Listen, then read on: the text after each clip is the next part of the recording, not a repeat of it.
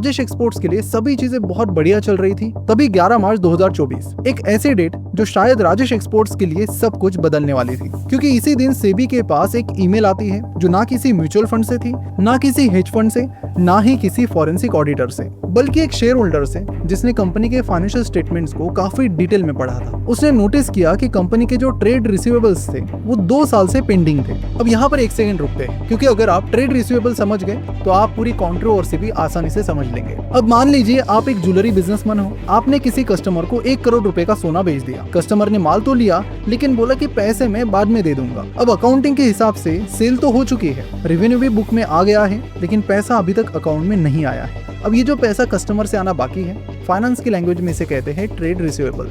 Simple शब्दों में customer का उधार। अब नॉर्मली बिजनेस में ऐसा होता रहता है, कोई कस्टमर 1 महीना पैसा नहीं देता है, कोई 2-3 महीना भी नहीं देता है, लेकिन जब पेमेंट सालों तक अटक जाए तो नेचुरली सवाल उठने लगते हैं और शक बढ़ना शुरू हो जाता है। और यही चीज राजेश एक्सपोर्ट के केस में हुई। तो शेयर होल्डर ने सोचा कि अगर राजेश एक्सपोर्ट्स के 2 साल से पुराने पैसे नहीं आ रहे, मतलब या तो बिजनेस प्रॉब्लम में है या फिर कंपनी शायद कुछ गड़बड़ कर रही है। क्योंकि एक कॉमन पैटर्न है बहुत सारी फ्रॉड कंपनीज में कि रेवेन्यू दिखा देते हैं, सेल्स भी दिखा देते हैं, लेकिन वो पैसा कभी कंपनी के पास बाद में आता ही नहीं है। अब राजेश एक्सपोर्ट्स के ये थोड़े डाउटफुल अकाउंट्स देखकर उस शेयर होल्डर ने सेबी को ईमेल लिख दिया। ईमेल लिखते वक्त शायद उसे भी ये अंदाजा नहीं था कि उसकी एक कंप्लेंट आने वाले टाइम में कंपनी की 15 लाख करोड़ रुपए की एलिजेड रेवेन्यू मैनिपुलेशन तक पहुंचने वाली है। सेबी ने ईमेल को देखा, अलर्ट हुई और काम करना शुरू किया।